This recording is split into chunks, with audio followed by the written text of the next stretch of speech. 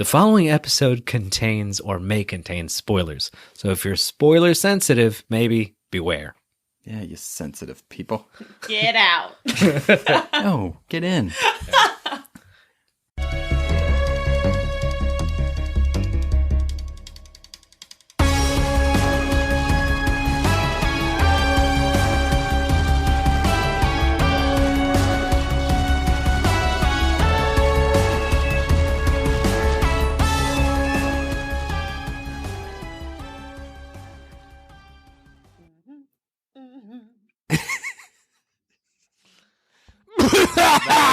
Sorry, okay. Sorry. That I was about to say, Kayla, is that too much? That was the most subtle you've ever checked to see if you're recording. then that happened. I was just humming. Usually it's like... She was just humming and then that nasty cough. Yeah. Gross. Yeah, that was totally me. Yeah. Kelly, you should get that checked out. All right. So, welcome to the Phantom Zone. 3 fans, 1 podcast, and a sea of non-infected comics. You That's right. lied to them. I did. I lied. They're very infected on this episode. We could all be infected. We don't know. No. So, I mean, we thought, I don't even know how to introduce this one without just plainly saying it. I mean, with the current pandemic and the climate in the world, we thought it was a good idea to talk about, viruses, pandemics, outbreaks, all that sorts of stuff, and how they translate in the comic book universe. And there are a ton, and there are some doozies. Yeah. And how do you, because I think I don't think we really debated this that much. Because I think at first the idea is like maybe it's a little too heavy a topic, but the other thing is like, how do you not? Right. Yeah. Like it's just what's on everybody's mind right now, very clearly, and it's pretty like repetitive, recurrent story in comic. You get that there are comic books that the whole thing is about this, and then this subject interweaves itself through basically every major comic book like franchise. So it's hard, I think honestly we would have probably got to this even if the pandemic didn't happen. I literally think this was on like my original list. Mm-hmm. Yeah. Yep. I mean, and I think it's an interesting thing that going back and like, because over the years, you read stories and some stories are just purely based in like a pandemic, outbreak, post-apocalyptic universe. And some, like superhero comics, it happens randomly or, whatever's happening. So I really think the only difference between them is how the virus is used, who released it, where it came from, and how it kills people. I like how Noah's like the only difference, and then he lists like 9 differences. Well, no, but I'm saying that they all like typically in comics, it's like a zombie type thing. Like some form of zombie happens. We didn't discuss this before on how we were really going to sort of like approach the early breakdown, but that's a great point, and I'm glad you sort of mentioned it, which is that like in comic books, because it is this like sci-fi or fantasy medium, it sort of runs that gamut. Usually when we have diseases, pandemics, plagues, pestilences, they have a tendency to have a fantastical nature. Not always, but usually there's a kind of like, super powered or like preternatural or extra scientific kind of thing that's going on. It's like, it's not just somebody gets a cough and then they die. It's like somebody grows wings and the wings help you like read minds and then your head explodes. Like it's usually that. Pretty much. But yeah, and it is, I guess they can't really, how do I put this? Most of the time in like superhero comics or comics that are purely based in a pandemic, virusy, outbreaky setting, usually those people infected are usually the antagonist, or like, they could just kill off everybody. There are comics that do that, and then it follows the story of that.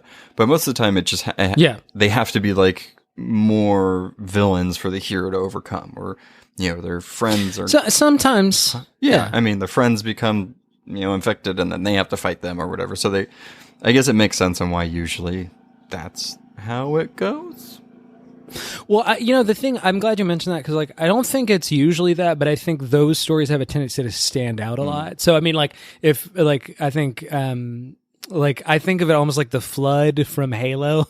You know what I mean? Where it's like the kind you're talking about is like a person gets infected and then they become some, and we're obviously going to talk about some pretty conspicuous examples of this, but like, then the person, or what do you call it? The hosts for the disease of some sort become antagonist or whatever. But I would say that there are plenty of like, kind of like epidemics or viruses in comic books where it really is just like an ailment that disables or kills people or something like that. You know what I'm saying? Like, and I think what that actually reveals is that this is an element that comes into comic book stories a lot, but it's used in pretty different ways. So sometimes it's just this sort of like occasion to have a story. Mm-hmm. You know what I mean? Like, it's like this event happens. It's like it's like that thing, I think Romero or Kirkman said this, where it's like really like a zombie thing is about it isn't about the zombies, it's about the story's about the people on the inside dealing with a crisis. And in other words, it's like it could be any crisis. It just happens to be that one, right? Mm-hmm. But then on the other end, sometimes it's like there's something very specific about the nature of the disease, and it weaves itself in and out of the story over and over again or something like that. Yeah, I mean, I don't mind.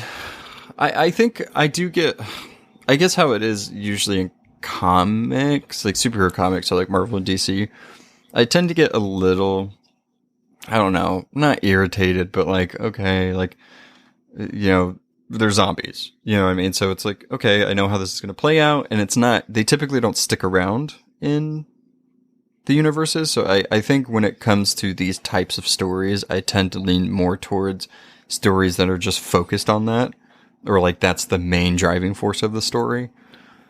Sure. Yeah, absolutely. Yeah. Well, and that's a sort of, I mean, the listener here is going to figure this out, that like we're going to talk both about like these sorts of epidemic or plague stories or whatever that have to do with like superhero stories, but also just in comics generally. And I think you're illustrating an interesting difference too, which is that a lot of times, especially in like an ongoing superhero story where this sort of plague sort of story is just a temporary story, like a 6-issue arc or something like that. Mm-hmm. I think it feels like, with some exceptions, that the stakes are lower. Right, because it's like, okay, this is something they're going to go through, and hopefully we don't lose anybody, but they're going to come out on the end. Versus, I think, another kind of story which are, happen a lot, which is way more apocalyptic, which is the epidemic and the disease is itself like catastrophic, Yeah. Which one do you guys like better? I don't know. I don't like any of them. It's too real now. Good point, Noah.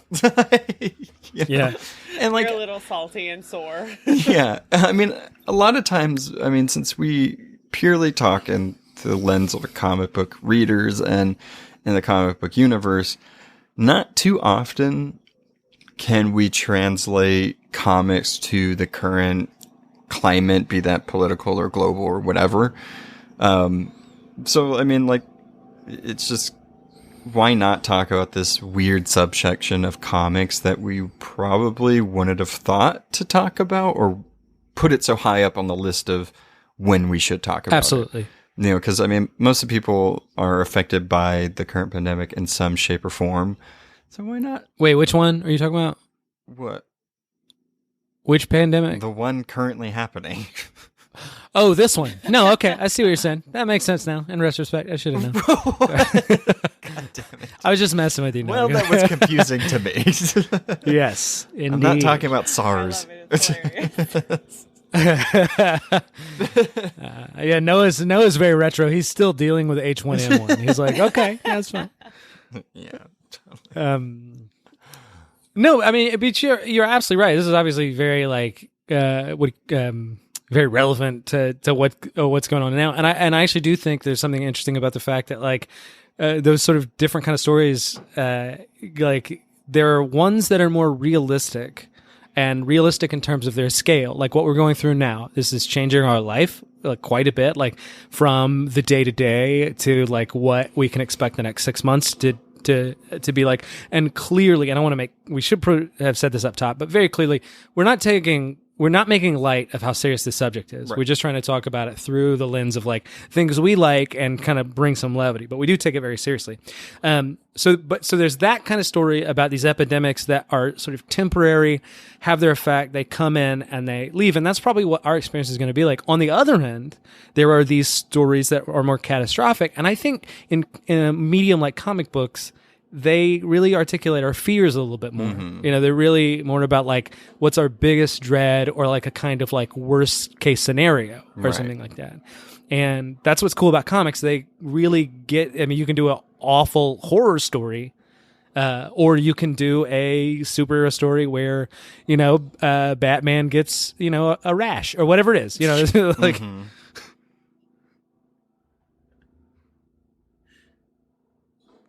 sorry, it's getting a sip. Did I lead us down Like, oh, no, I'm a just cul-de-sac or I what? was like, that was a very odd pause. I don't know what's happening. Who sips in the middle of the sentence? No, I was kind of no. The problem there is I was done, but I made it seem like I was going to say something later. You always leave them wanting more. Oh, jeez. I mean, if that's not the perfect cue to talk about what we, I guess, are bringing to this pandemic table, and then just to, I guess, echo what Jared was saying, you know, we're only talking about this because, you know, our people that listen to us are hopefully just currently starting to listen to us or listen to us for a long time. You know, we're trying to make light of something that is dark, and, you know, we do take it very seriously, but we're just, you know, people that listen to us, comics can be an escape for people. And with no current new comics coming out, you know, why not make it about viruses and stuff, and not to scare you even more. Just Well, no. And honestly, I mean, it's like this occasion to talk about this subject. But I mean, the truth is that like I wouldn't have like you mentioned, I wouldn't have really thought to put like let's forward this to the top of our list. But when I started doing research for the episode and I was like, well, this really is, and I think this would be the case with any major subject or something like that. But I was like, you know, these stories really do run the gamut between like there's these temporary stories, there are these, you know, groundbreaking comic books that are their own world, and then there are like stories that took place in like the DC or Marvel universe. But honestly, they were like these turning points or like crucial moments historically in those worlds. So you know, I mean, like it or not, like this isn't just a kind of boutique subject. Like let's talk about our favorite, like, I don't know, gender swaps in comics. Like honestly, I think this set of stories actually has been really crucial to different kind of comic history. Mm-hmm. Yeah. With that note, I guess we'll talk about one of the most popular, and I hope it does not happen, Outbreaks, Epidemics. Yeah, I've been we training for this my whole life. All right, so that was my very subtle segue of talking about our first choice, my first choice. You can't talk about just infections, plagues, pathogens is what it's called in the comics without mentioning The Walking Dead. Right. I think a little different than some of, if not most, or all of the other choices and that we chose to talk about today. The Walking Dead's virus is kind of the main point. It's the main antagonist of the whole series. And it's not something that is resolved by the end. It's not just like a kind of like a mini thing that happened and kind of died out. The Walking Dead's point is the virus. Yeah. Just based on the title, or if you've been living under a rock, The Walking Dead is about zombies. Zombies shuffling corpses, eat human flesh, where it kind of differs from some iterations of other types of zombies in games or comics. These zombies don't evolve. There's not like a leaper or a boomer or a hunter, you know, they're just like shambling corpses. Left 4 Dead reference right there. Yeah, wink, wink. Like I said, I've been training for this my whole life. I've played so many zombie video games. Me and my mom went to a haunted house with the goal of shooting zombies. Yeah. And we were the front, like, we were the top of the people. Everyone else was afraid. Anyway. Yeah, we had, like, fake, like, assault rifles, and everybody else was scared, and Kayla and I were like, back to back, let's get this. Yeah, we were, like, waiting in each of the rooms. We would just enter first and go, like, die, zombies! It was so much fun. If I was in that scenario, by the way, I would be like, let's get it. And then a zombie would just eat my head right after saying that. Like, First one to down to 2. Okay. Yep. Oh, man. But yeah, so these zombies, they don't evolve. They're just kind of mindless corpses that want to eat human flesh.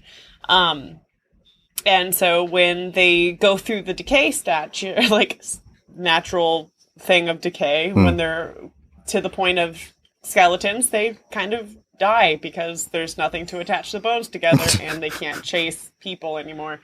Makes sense. Another kind of difference between this zombie plague and others is that all humans on the planet are infected by a latent strand of this zombie pathogen. They don't really go into detail about if it's a virus, if it's parasitic, fungal, microbe, like... Or everybody's just born with it.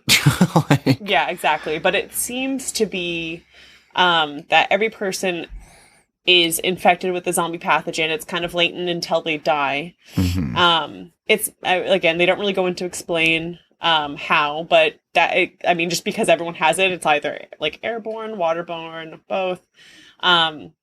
It spreads through the blood. And then, as long as the host remains alive, the pathogen lays dormant, and asymptomatic in the host. But when they die, the pathogen activates and they become a walking corpse. Mm-hmm.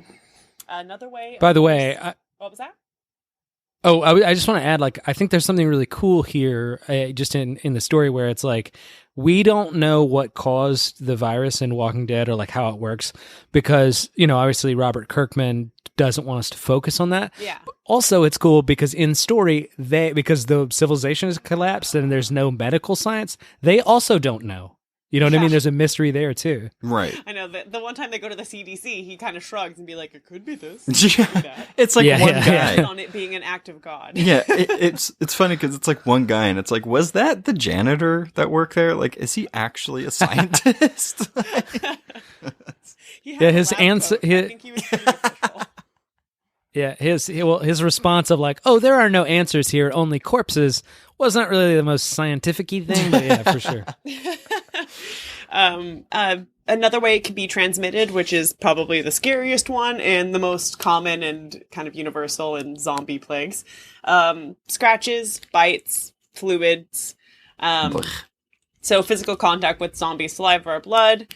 If it's in open wounds, zombie bites can activate the dormant pathogen, but scratches sometimes can too. In both the show and the comics, if that part is amputated fast enough, sometimes it stops the infection from spreading. Other times they die of blood loss, or they're too late and they become a zombie. Mm-hmm. Yep.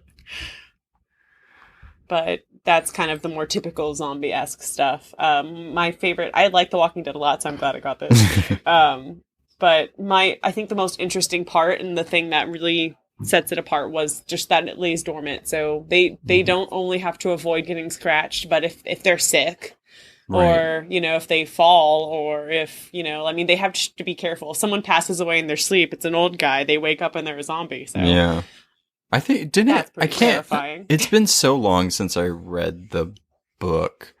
And I don't know if they did it in the show too, but I remember there was some guy that, I guess he was sick and he didn't tell them, he had a fever and stuff. I think he had the flu or something. And with it being a pandemic, they don't have, they don't have access to, medicine or anything. And I think he died from that.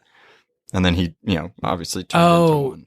Can't remember who. Yeah. You're thinking of every zombie movie or book ever. Probably. I mean, there's always that, the guy gets bit on the arm but doesn't want anybody to see that he's got it. But no, in the second season of Walking Dead, I don't remember in the story this happening, or in the comic, but I remember that the series, there's that nerdy kid that like got sick and died at night, and then like destroyed their camp. Oh, right. Because yeah. That might be what I'm thinking about, or maybe not. I don't know. But speaking of the show, by the way, it is easy to forget how good this comic is on the basis of it getting kind of overshadowed by the show. Because the show was good too, but then kind of like a lot of shows like lost a lot of its like vitality and everything like that.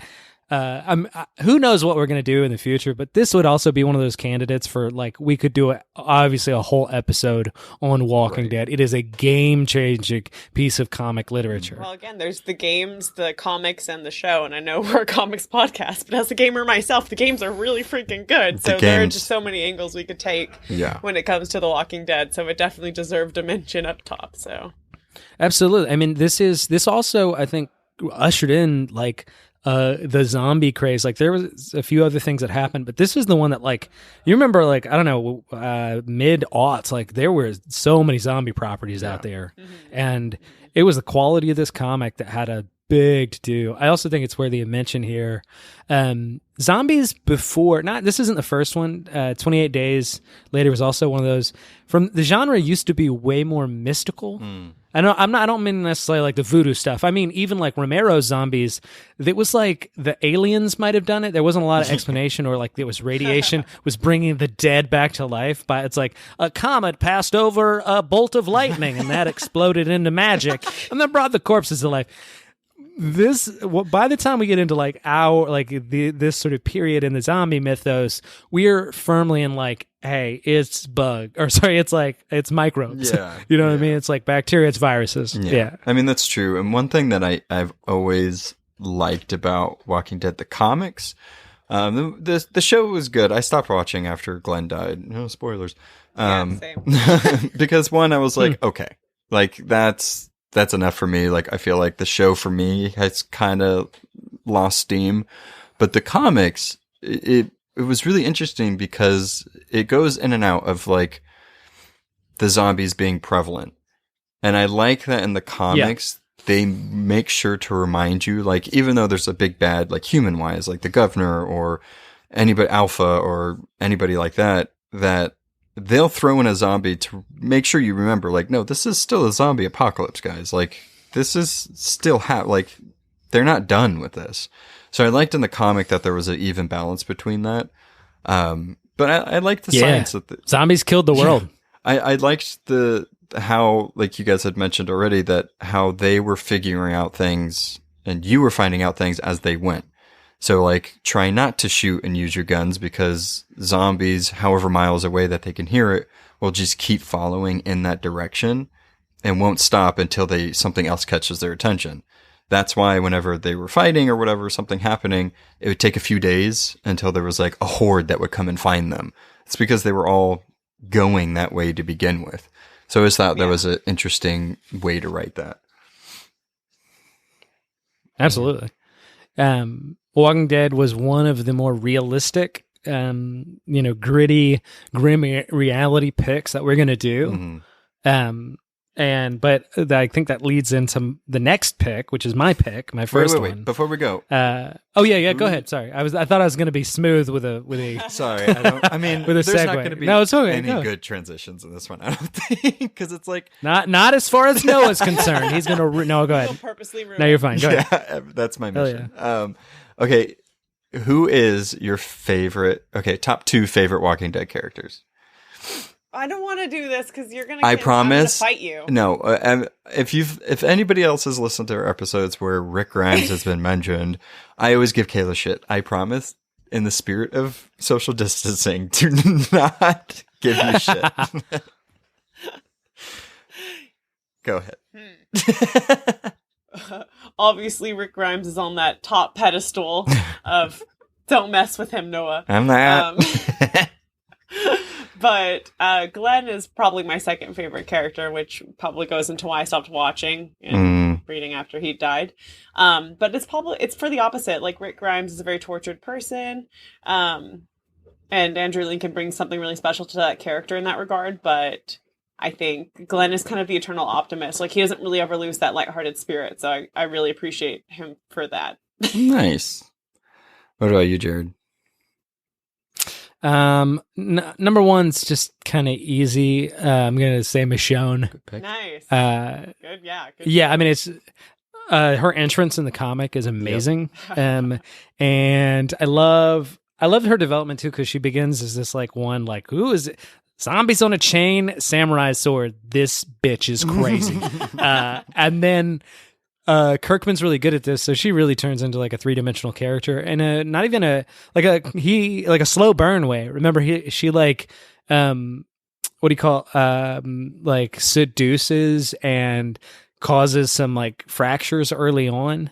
So it wasn't just like she comes in badass. She's like, no, I'm actually awesome. It's like a lot of mystery. Anyway, so she's great, and I'm gonna say the governor. I was gonna say the general, the governor. Because for like in the story, the governor's like the first time you realize, oh fuck, the zombies aren't the only thing they have to worry about. It's like, you know, and then, yeah, it's like, oh yeah, people absolutely suck. Yeah, and yeah. the governor is scary. I mean, this is similar to Negan too, where it's like they just understand something about power, in a really cynical way. They don't. Where they're. Yeah. Well, what I mean is like they kind of, and I don't agree with them politically, but I'm saying like they figure out very quickly like, okay, I can use this sort of crisis and desperation to like turn it into my sort of advantage. And I think that you see that principle a lot. So that'd be my number 2. I'm going to keep mine short, and Andrea, comic version. Nice. I did not like the show version. Comic version, she's awesome. Well, I did like the show version, but she was completely different in the comics. And that's why I did like her in the show, just because I was rooting for the character I like. In the comics, she's much more of like, she helps keep Rick grounded. She's a moral compass for him. She does make mistakes, but she's a badass also. She's a sharpshooter. Yeah. Yeah. In the comics, yep. And then I'm going to have to go with, it's hard for me. It's either Michonne or Glenn, but I have to go with Glenn for pretty much the same reasons. Kayla. I mean, he's the pure. He's the heart through the entire thing. He's the most purest out of everybody in there. Obviously, until he dies, but whatever. In the most brutal fashion. In the most brutal fashion, with his wife and, in essence, his stepdaughter watching. So that's fun. That comic fucked me up. The pages just keep going. Yeah. Oh, yeah. Rest in peace, Glenn. So that's Walking Dead. Yay. Okay, well, we've spent about half the episode on that, so let's keep it moving. Which is really good, obviously. So if that's like the grimmest and the most sort of like serious, we're gonna get into some not exactly lighthearted at all, but like definitely firmly ensconced in the superhero kind of tradition. I'm going to do the legacy virus. Now, the legacy virus is, again, probably the most, in terms of pure superhero comics, the most famous, sort of influential sort of disease. And a lot of it's just because it appears in the height of X-Men popularity in the comics. You guys still with me, by the way? Yeah. Okay, sometimes I'm so captivating a speaker, I forget you guys exist. Anyway, okay. No, but sorry. But yeah, so what's interesting here is that the history of this, its inception, its origin, is not that interesting, weirdly contrived and arbitrary, but I'm going to tell you anyway, just briefly. The disease comes from the future, as all things X-Men do, right? Like it has to be involved in some sort of like sliding timeline or whatever. Now, I should say up top, it's a disease that only affects mutants. I'll get into what it does in a minute, but the idea is that Apocalypse in the future, at a time when he was getting ready to destroy the rest of the mutants that he wanted to destroy, engineered this disease that will later be called the legacy virus. But he can't perfect it for whatever reason. He can't get it to be specific to mutants. It just is going to kill any mammals or something like that. So he kind of shelves it. In the meantime, as you know, Apocalypse has this way of like he creates or like preps bodies that he'll later sort of possess. You even saw this in an X-Men movie, right. Like they kind of use this theme. Well, you guys are familiar with Cable, right? The character from Deadpool. Okay, anyway. I'm almost asking the audience that can't answer me back. Hey, listener, do you know what I'm talking about? Anyway, so Yes. Cable, a character from the future, is the son of Cyclops and Jean Grey. He is cloned at one point, and then that baby's also taken to the future. But that baby winds up being raised by Apocalypse, so he becomes super fucking evil. His name is Strife. This is a big mystery in the 90s. Who is Strife? Turns out, oh my God, he's the clone of Cable or whatever, raised in the future by Apocalypse. The thing is that when Apocalypse finds out Strife is a clone, so not perfect for to be a house for his essence, Strife gets a little fucking pissed. And ends up being like, well, the only thing I can do now, and they don't really explain his motivations outside of just like he was raised by Apocalypse. He becomes a malevolent. He's like one of Saddam Hussein's kids, like that kind of like evil. So he's like, I'm going to take this virus, perfect it, so it kills mutants like it's supposed to, and I'm going to send it into what would be our present day and his past or whatever.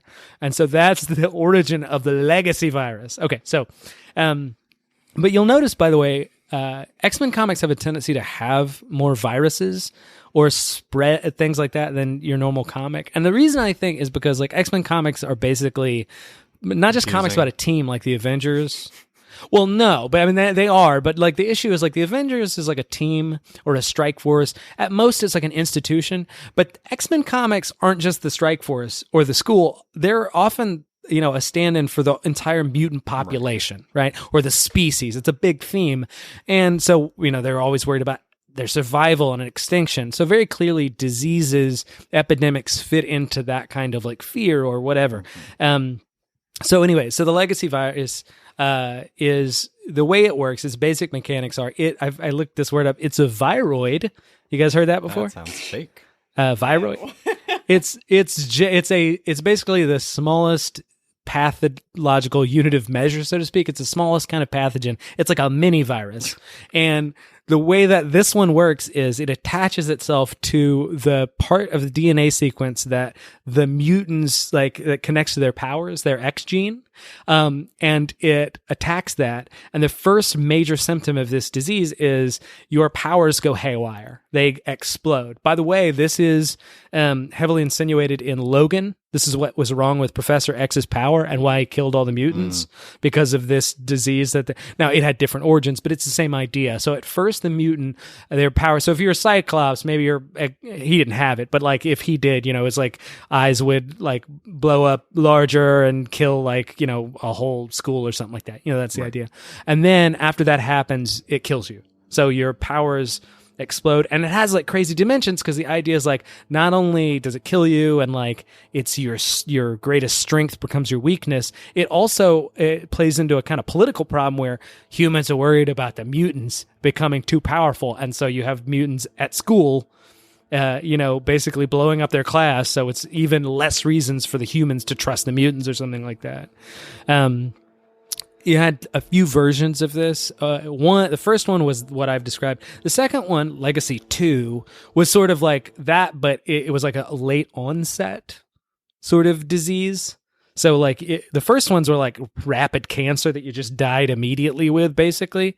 It also killed Magic. You remember Ilyana Rasputin? She's a character from the New Mutants. Rest in peace. What's that? I was just saying rest in peace. Yes, well, she's back now, but this was like Is she? one of her deaths. One of the many. Well, yeah, it's never the same. But anyway, so the second one was slower, and by the way, it had like degenerative qualities. Characters would get lesions on their face and stuff like that, and the parallels to here with AIDS were very specific, very much more pronounced. And the idea, like, I think, was that it's like a population where a disease is specific to them. So obviously in the 80s, people associated AIDS specifically with gay men. And so it's a very similar storytelling. And then the third was Legacy 3, where basically the disease mutated within this specific mutant character. I have to look the name up. She wasn't it's like they created the character for this, What's her name? It's like Extermina or something like that. It's ridiculous. Infectia. Infectia, right? So she had a power where she could change the DNA sequences of stuff. So she got infected with the virus, and her like system, because of the nature of power, changed the virus and made it where it could affect humans too. So then it becomes this massive sort of thing. And to kind of round the legacy virus off, what's kind of cool about this is that, with a few exceptions, they basically cure this virus in the comics, in the continuity of the comics. It's like smallpox, where there's a few times it pops up again, or some villain has it, like Dark Beast had a copy of it for a while or something like that. But basically, there's a long story, very much like Rogue One, where to get the cure, they have to go through this adventure. It involves Moira McTaggart and her dying and all that kind of stuff. But finally, Beast gets what he needs to make the cure, and they make the cure. But they find that in order to activate it, this is pretty contrived, but still kind of heartwarming in a sad way. One mutant has to die to activate it. Like, it'll require like going into their system and killing them, and to create the sufficient like antibodies. And Colossus, and this was his first death in the comics, because his sister died in an earlier magic. Ilyana Rasputin had been killed by this virus. In this really wonderful moment, he kills himself he sacrifices himself. It's a fantastic moment for the character. I'm glad they brought him back, but it was great. So anyway, that's basically the legacy virus in a nutshell. Cool. You got mutants, time travel, and clones. I think that exactly describes any type of X-Men big story crossover. It really does. Like, thinking through this, I mean, I started reading comics in the early 90s. I was really young. This was very popular, and I always remember it. And it wasn't until I went back and did research for the episode that I was like, man, this didn't just happen. This was like a emblematic kind of X-Men story. Because like you said, it like affected major characters, and it really serves what X-Men comics are usually sort of about more than most stories. It wasn't just, it had some great villains like Strife and Mr. Sinister and Apocalypse, and some great characters, but it also like really played directly into the themes and stuff like that. So it's kind of something you, I don't know, have to almost reckon with when you're talking about comic book plagues. Yep. Yeah. So that's the legacy virus. Okay, so my pick is a current one, and so I was going back and forth. Did you pick the coronavirus? Because that's not fair. We can't. You're not supposed to do that. I'm not. They just could turn on the news. Like, I'm not going to do that. Yeah. No. No, it just summarizes the news. Everything sucks, and virus, and Donald Trump can suck a dick. There, I summed it up. Yeah, exactly. So, hell yeah. Back to comic books. So I was going back and forth between. So Kayla did, one of the, in my opinion, I think a lot of people's opinion, one of the greatest zombie comic book stories out there. And Marvel and DC kind of hop on that train every now and then, and they also have some zombie stuff going on. So recently, DC came out with Deceased.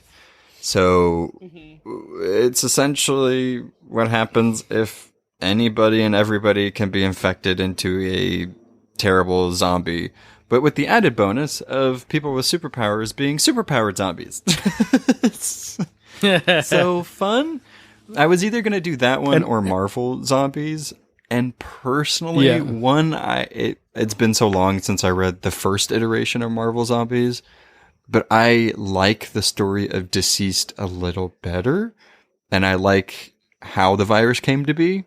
So that's why I went with, and also I like DC more. So before actually, I was like, come on, no. Before we move to the real reason.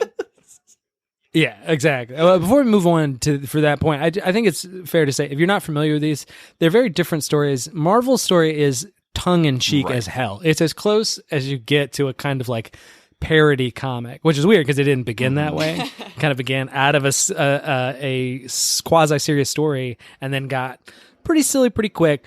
But this one, as Noah's about to sort of explain, is really as harrowing and as dark as it gets. Yeah, I mean, Tom Taylor, he did write this, and he's a pretty dark guy when he wants to be. But I mean, it's not necessarily dark as in, well, no, it is pretty dark. Never mind. All right. So I'm just going to give you the origin because this comic is still fairly new and I don't want to ruin a lot of it. And this all takes place within the first couple pages of the first issue. So of course, double down on spoilers here. We said spoilers up top. We're saying it again. Right. Okay. Yeah. And I'm not going to give it all away because I want people to read this comic, and it's a back issue. So you can read it now. Go order it. So of course this story starts with Darkseid. Why would it not? Any big universe thing always starts with Darkseid. So of course his main thing is the anti-life equation. And how he decides that he's going to get his half of the anti-life equation, and the other half that's embedded into Cyborg is he's going to kidnap Cyborg and take him to Apocalypse. That's where... You messed up. Yeah. Huh? Yeah. So that's where he kind of fucked up, because Cyborg, I mean, if you know Cyborg, he can create literal firewalls and firewalls within himself, so it's not easy to extract information if you want it out of him. So Darkseid enlists the help of Desaad to get it. When they find out that they can't necessarily extract it that easily from the mother box that's inside Cyborg, who else does Darkseid call but Black Racer, which is essentially death. So he pretty much summons him and injects Black Racer inside of Cyborg, because he doesn't want to kill him, which I think is probably the most mercifulest thing that Darkseid's ever done, because he just wants to get the equation out of him. He knows that if he kills Cyborg, the Justice League is going to flip shit. So he figures if he can get the other equation out of him without killing him, sends him back, and then I guess Thanos snap, or his version, whatever he wants to do. Well, it turns out that doesn't go quite as planned, because Black Racer mixed with the techno-organics inside Cyborg creates this virus. And the virus, essentially, it can affect people. It's the anti-living virus. It makes them zombies. They're infected monsters. They call them the blighted ones, the unliving. So as he sees that this is happening, Desaad decides to send Cyborg back to Earth. Big mistake.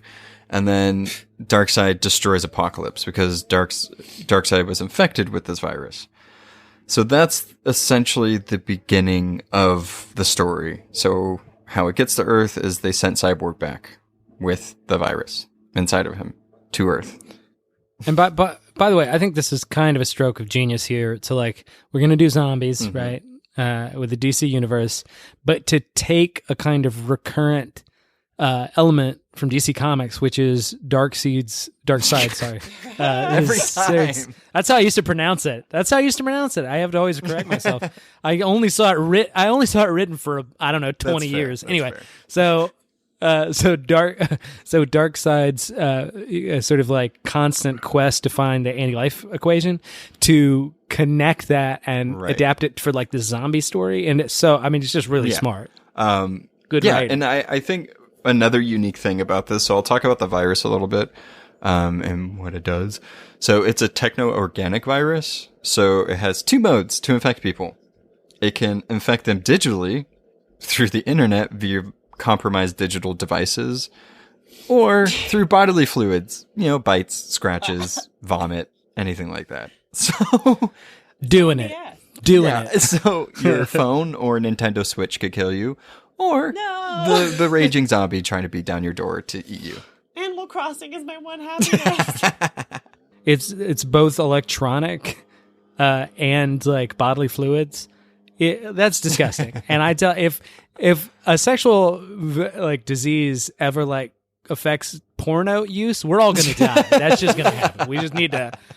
No one's going to make it. I mean, okay, sorry. Go ahead. And so this virus reminds me a lot of 28 Days Later, where it's instant. There's no when will they change into the zombie? It's pretty much instant. It's mere seconds after they're infected with it. And it's a very violent comic, and it's a very violent virus that they get. Like it shows like, you know, just regular citizens like trying to rip their faces off, and like it's seeing the thing that's most striking and interesting about this comic was that it took our heroes. I mean, we've seen them in dark moments depending on what you read, but usually like the Justice League comics aren't super dark or bloody, I'd say.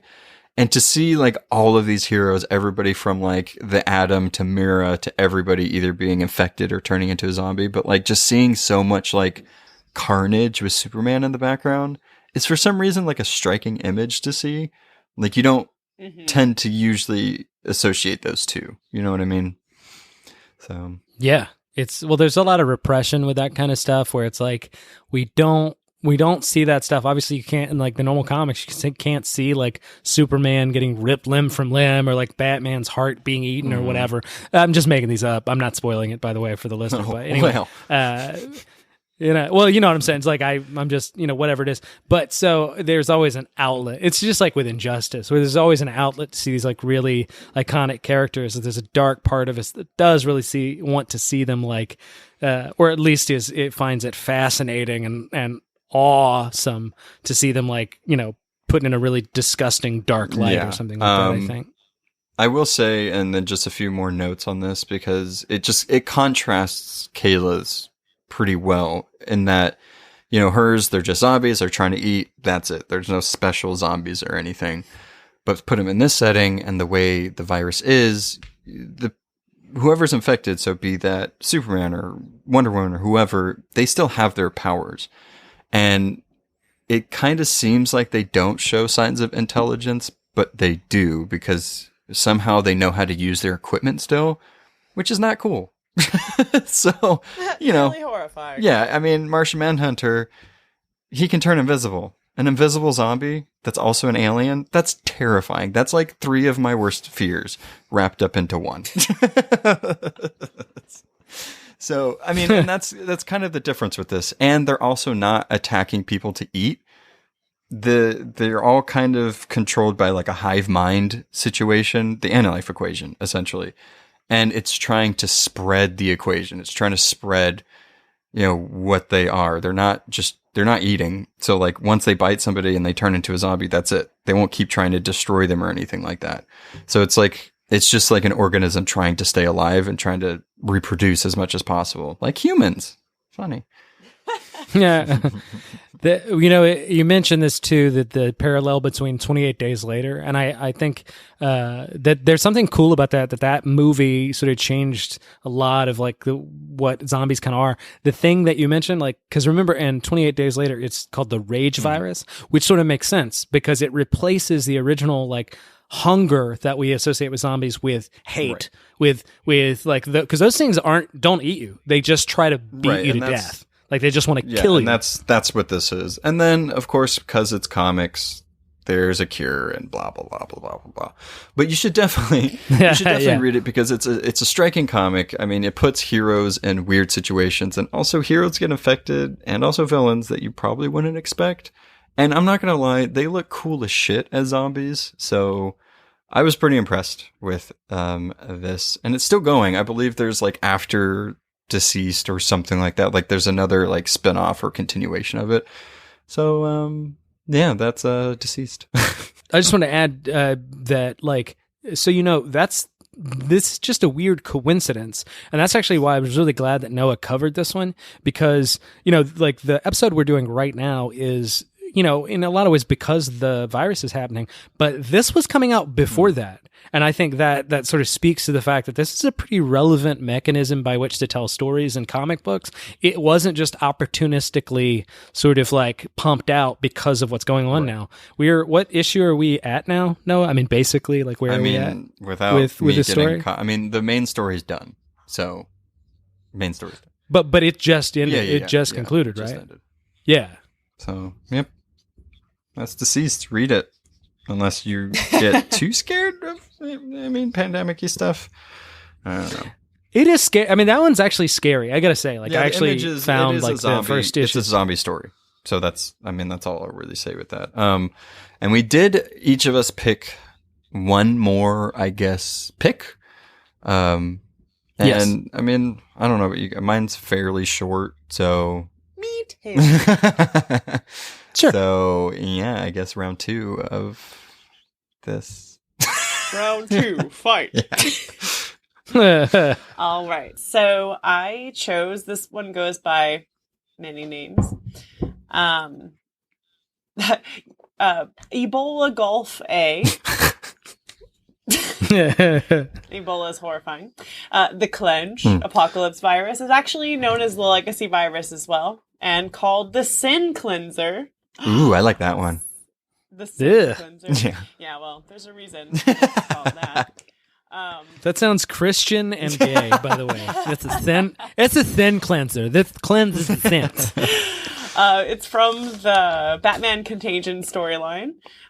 It was kind of like a ran across every Bat Family series. Mm-hmm. So, yay, the Bat Fam. And, in 1996, it was written by Alan Grant, Chuck Dixon, because it was kind of cross all of these different comics. It basically had tons of writers. So, I'm not going to bore you with listing them all. Ezreal, Batman, Batman Chronicles, Catwoman, Detective Comics, Robin, and Shadow of the Bat all had Contagion there.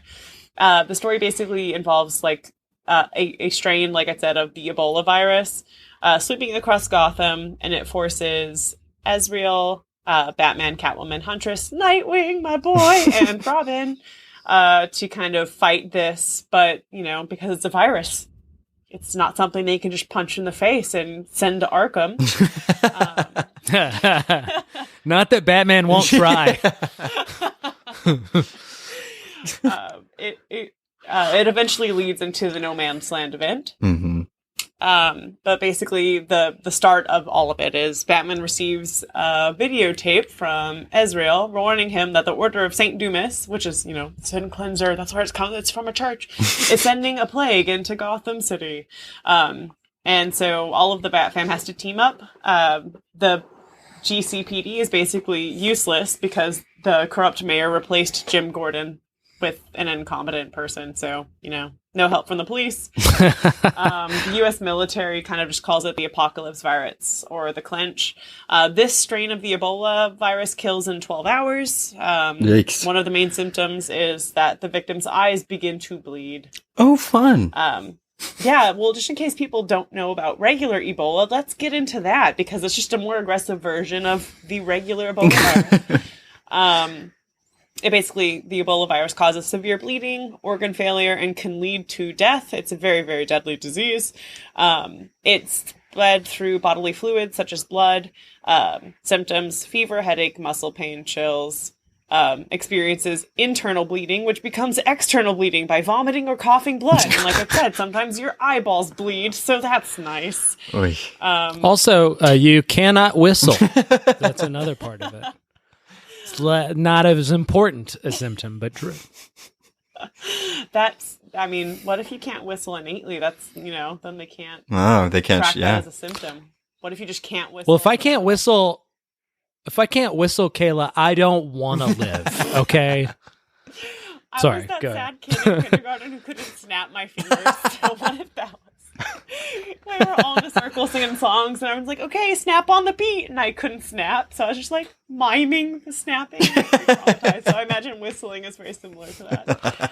Not being able to. She's saying snap every time she's miming it. Snap, snap, snap, snap, snap. That was the moment Kayla decided she would have her vengeance on everyone in that class. That's my villain origin story. I couldn't snap. Anyway, back to the Sin Cleanser. Basically, blah, blah, blah. They find a cure. 100% success rate. The end. Hell yeah. Read Batman Contagion is the point, but basically it's all cured at the end. It's not like The Walking Dead where it's like, this is the main problem, right, and it's never resolved. Everyone is infected and they all die and become zombies. Mm-hmm. It's more like, oh no, they infected Gotham with this, and then it's a race to find the cure, and blah, blah, blah, and eventually they do it because it's comics, and this can't just be a regular day-to-day problem for Gotham citizens. So. Yeah, and it's very much, when it's used as like a vehicle to lead into, like what you were saying, No Man's Land, and then it's also very much a detective story. Yeah. So, and Batman has those occasionally, like Batman's pretty good about finding and solving and coming up with cures. Yeah. This story, by the way, is pretty relevant to today. Because today has Batman. Way. No, that's true. No, but in this case, I think some of the readers will know this if you're familiar with the story. The story is also an homage to Edgar Allan Poe's story called The Mask of the Red Death. Mm-hmm. And the reason it's particularly relevant, I don't want to go too far down this road, but the idea is that in the story, a bunch of rich people, isolate themselves during an awful sort of like plague and hide away from the masses, trying to protect themselves. And in both this story and in Poe's original story, that doesn't work out too well. I mean, I'm not going to get into politics. Yeah, no, well, exactly. But point being is that like the story is pretty. I mean, as Kayla mentioned, it's interesting on the face that it's just like from a narrative level, it's Batman and dealing with the plague or whatever, but it also is pretty like wide reaching in its themes. I'm always very fond of things that are across the Bat fam in general. So I mean, yes, essentially we say any type of topic and Kayla's like, I know a Bat story where it mentioned that. It's true. That's why we love you, Kayla. There's an episode of The Simpsons where Homer's going to go to clown college, and before he does, he just sees everyone as a clown. Like he's talking to Marge and Bart, and they're just like, as clowns. That's Kayla with Robbins, basically. It's just like... I know he doesn't have any speaking lines, but Robin is in the background of this one panel, this one story, so is it relevant? It fits the topic. And he's just back there, and he makes it. He brings that whole thing. He's like the rug. It brings the room together. Okay. So next. Okay, so this is going to be a preview for an episode later, as far as I'm concerned, when I get these two to read this fucking comic again. I have read it. So we can do this. So don't spoil shit. Do a Cliff Notes. I'm not. I understand. I totally get it. So I'm doing Why the Last Man. Now, I want to tell you real quick. I reread this story to do for the podcast, and just because I thought it was really relevant, and I was like, oh yeah, I forgot. This is the greatest graphic novel that's ever been written. I forgot that. It's very true. But this seriously is in my top 10 favorite novels of all time. I just think it's amazing. It's a tour de force. I respect Noah's opinion. It's better than Saga. I'm sorry. Anyway, okay. It's amazing. Okay. So here's the thing. No. Oh, go ahead. You can't say that go ahead. and expect me not to say nothing. They are completely different genres. I will give. They're very different. In post-apocalyptic stuff like that, Why the Last Man comes up on top. But like space opera and like fantasy and stuff, Saga's the top. Like no, stop it. It's true.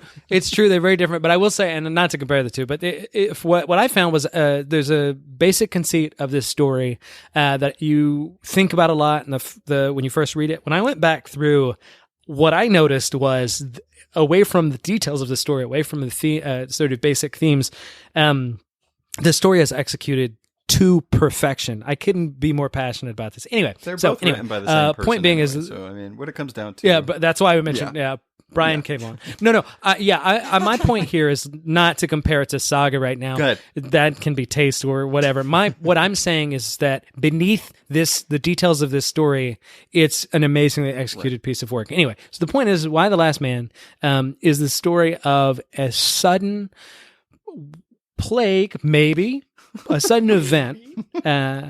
Well, and I can't tell you too much here about what's going on with this epidemic or plague or what have you, because the story in a lot of ways is a mystery. Right. The story is called Why the Last Man because all of the men on the earth, and as a matter of fact, every male mammal dies immediately and inexplicably, with the exception of two. Our main character, Yorick Brown, and his monkey. His capuchin monkey, ampersand. I love him.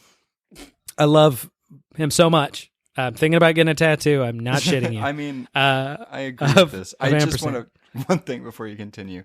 The way you like told that part, it was kind of funny. Just, Are you it is funny. Me from the audience and going like, Kayla's a man hater. She cackled. Yes, because I laughed too, and I just want to point out that like, Kayla's is totally a man. No, I'm just kidding. Yeah. It's like Kayla. We're not saying she wants to kill every man. She wouldn't do it. If it happened, she would see the sunny side of that, but she wouldn't do it. And no. Anyway, but the point is this: the story is about this guy who is literally the last man on Earth, and the very real world. What you would assume consequences would be. I mean, nations go to war. Different agents from different places, try to kidnap him and use him against his own interest and stuff like that. And the irony is that Yorick, though very realistic, is not a He-Man. He's a kind of like monogamous character who's very faithful to his girlfriend that he cannot yet find. And he's looking for her through the whole story, and he's accompanied by one of the greatest, most intrepid action heroes ever in Agent 355, a kind of Secret Service agent. One of the strongest, most complete black woman characters I've ever read, and it's just fantastic storytelling, and it's them sort of literally circumnavigating Say a normal word. the globe. No, there will be variety. I am studying for the GREs. No, not really. Anyway, but they're globetrotting, as it were, across the world, looking for this solution and avoiding danger. And in the midst of this whole thing is just some of the most wonderful, sensible, interesting commentary on gender, and it's beautifully written. And I can't say enough good stuff about it. But yeah, so unlike some of the other stories here, which they really give you what's going on with the disorder and the disease and the crisis up top, you maybe learn a little bit more along the way. This is the big mystery throughout the story, so that's also a big part of this, right? Is that to figure out what the fuck happened. Right. And I mean, I just have to echo what you said. It is very well written. I mean, you take a story and it starts off with just all the dudes died, everybody's dead, but why him? Yeah. And like, even just like, it's like the subtle things, like his name is Yorick and it's called Why the Last Man, but the title is spelt with a Y. Like, I don't know, there's just like subtle things and like, and the Y chromosome. Exactly. It's so good. Yeah. I finished this like 3 or 4 days ago, like again, and I cried so good. So good was the crying. Like, it was like beautiful and cathartic, and it was like so good. So read this. Yes, absolutely. But I will say too, just to connect our theme more specifically, this is an example of a story in terms of how, like, in terms of plague or pandemic, where in a lot of ways it really is just the catalyst for the rest of the story. It's not to say it's not important throughout the story, and people are definitely wondering it drives the story in a lot of ways, but much of our story is just about their adventure. Oh, and I kind of should have made a stronger point of this in the beginning. It causes a kind of post-apocalyptic situation, a very realistic one, but in other words, half of the population, and we're talking about a Thanos situation, but no superheroes. Right. Yeah. So the world falls into collapse, and actually it's a very interesting look at like the realistic sort of way those consequences would probably unfold. It's not just like all of a sudden Mad Max, like in the before time with the long, long ago, and like, assless chapped, mohawked bike rider mutants or whatever. They really show the way certain institutions break down, like certain institutions maintain themselves. Point. Yeah, absolutely. And also persevere. And so you guys when you read it, you're going to love it. But also, I just felt like it had to be picked on my end. I highly recommend it. We will get back to that at some point. I mean, we're just going to have to do like a Brian K. Vaughan episode. I don't know. Talk about Saga again. Yeah. I'm down. So, Oh no. okay, to get back into, I guess, like the mainstream comics or the big two, because I think we picked a very good variety of, I guess, publishers and types of stories. There's one that I've always liked, aside from the deceased one that I talked about, but the Amazo virus. This one is bananas. So essentially, I'm so glad you picked this one, by the way. I mean, it's funny when, like, if I was, I could literally describe this entire story in like 2 sentences, but I want to, like, you know, I guess give people a reason to read it. So, the story starts off. So Lex Luthor essentially creates this, like, metahuman ability suppressant, specifically geared towards violent criminals that have powers. So, I mean, Lex does have some pragmatic ways of going about things, but we all know really it's just to get Superman. But he has to present it this way. He has to package it nice because we see through you. Right. I mean, us as the readers are like, okay, come on. If Lex was in a relationship, he'd be talking to his partner and be like, so you want to do Red Lobsters? I know we got that. It's not good, but we get that coupon. You know, I was like, and the partner would be like, is this about killing Superman? Is that what this is? And Lex would be like, yes. yes, it is. You know, and yeah. So, I mean, but that's also why we love Lex, because in a way, what he's so predictable. Right. But, like, in a way, what he's presenting to, like, because he's presenting this to the White House being like, look, these terrible people that have these powers keep breaking out and keep killing people, keep doing this. Why not take their power away? Great. I mean, that's better than, you know, killing them or anything like that. But of course. Oh yeah. Lex always has a point. That's what's annoying and captivating. Yeah. He's never completely off base. And so they do reject this because it's too controversial. It's not completely tested. So they tell him, no, just lock it up. Stop. You're not allowed to do this.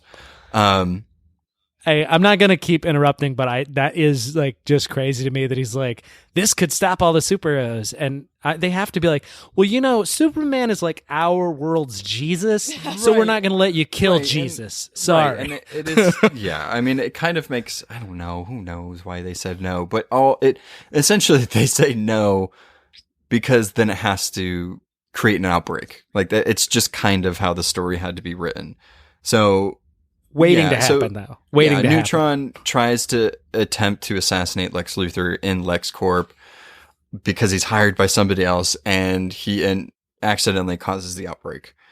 So, because he releases the virus while doing that, essentially, and now I'll just kind of go into what the virus is and why it's kind of terrifying and kind of awesome at the same time. Yeah. So if you don't know who Amazo is, he's Professor Ivo's, he's a machine, he's an android. And the Amazo can mimic metahuman abilities. And that's why this is called the Amazo virus, is because it's supposed to be able to kind of mimic or adapt to anybody that gets infected with it, specifically metahumans.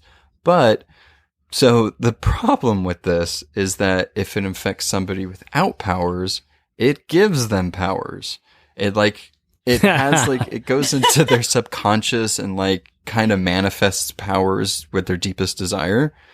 But the bad thing, nice going, Lex. Yeah, but the bad thing is, due to this mutation, the virus proceeds in 3 stages in normal, non-powered humans. In stage 1, they experience flu-like symptoms. In stage 2, the infected develop a seemingly random metahuman power known as manifestation. So they can create black holes, a pyrokinesis. In Batman's case, since he didn't have powers, he went blind and developed echolocation. So he became Daredevil, essentially. Yeah. Or, you know, a bat. A bat. These, which are not blind. Good point. But this is where it gets best. So within 24 hours of stage 2, the infected enter stage 3, where the walls of their cells begin to break down, their blood becomes black as ink, and they're prone to vomiting, their hearts burst, and their brains boil. So, Jesus. So you get to enjoy powers for 24 hours, and then your head explodes. Oh my God. So that is how the virus works. And makes so much sense that Noah would pick this one too, because, and I mean this actually because like I think one of the themes that Noah kind of comes back to a lot on the podcast is like the way comics are sort of wish fulfillment-y, Yeah. and it is pretty interesting that what this you is wish like for, that Yeah, right. Exactly. It's like this is a perversion of that, where it's like we all, if you read comics, especially superhero stuff, it's like you fantasize about having superpowers, and these sort of civilians get it in the comic, but it's like a genie wish that like distorts, or like a monkey paw where you get what you want, but you know it turns your asshole inside out, or whatever your nightmare is. Yeah, exactly. I mean, that's why I picked it, because it's like, yeah, finally got powers. Because it's truly horrifying. Yeah. Oh, my head's gonna explode. That's cool. Okay.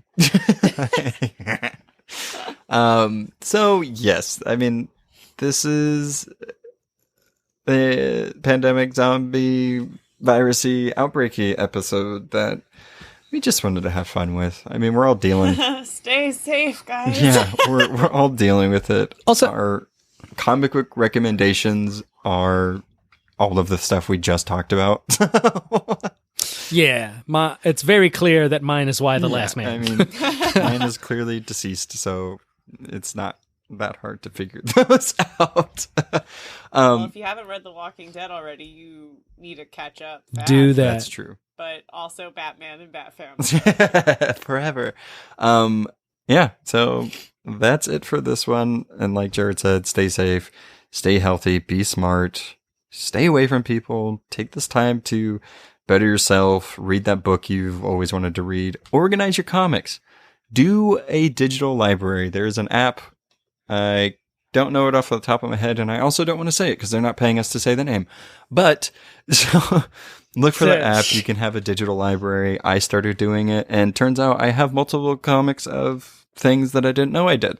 So that feels good to spend money on things that I already had. So No worries. yeah, let us know how you're doing. Send us some positive vibes. We'll send you positive vibes as well. Take care, guys. Thanks. Thanks for listening. Follow us on Facebook, Instagram, or Twitter at The Phantom Zone Pod for more podcast updates.